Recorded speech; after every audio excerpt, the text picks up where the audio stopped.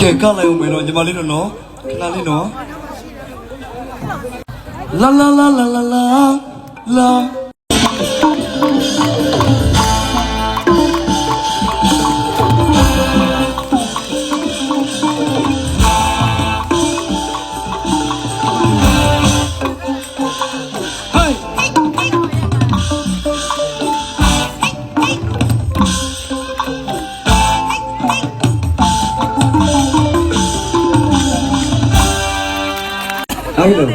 ဘေးကြီးကပြက်လုံးတွေပြက်လို့ကျွန်တော်ကလို့မရဘူး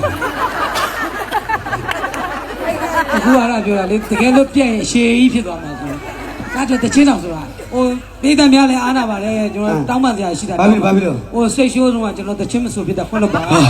မင်းကဒီရွယ်နဲ့ဖေးမဆိုမှတော့တချင်းကညာကတက်တဲ့ပြဿနာတွေလုံးလုံးဖွင့်တာနဲ့အလိုလိုကောင်းတဲ့ဝင်ရောက်လာတဲ့အလေဒီတက်လာလောက်တဲ့ကောင်တွေကိုဆောက်ရွံ့ဝင်နေလို့အပြောင်းနဲ့ချင်းနေကြမှာမျက်နှာပြတ်မှာကြောက်တသားကုန်ရင်းဆိုရတာတဲ့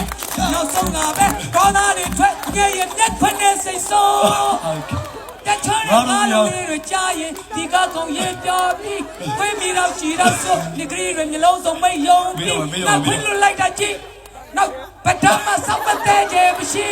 နောက်ကျောကိုဓာတ်နဲ့ထိုးနေဓာတ်နဲ့ထိုးဟေးကြောင်ချင်းတွေလောက်ပါမူလာမင်းတော့အကွက်တွေရွှေကထက်လက်စားပါပြို့ညနာနဲလောက်ထပ်ပြပါအောင်စဘူးအလေ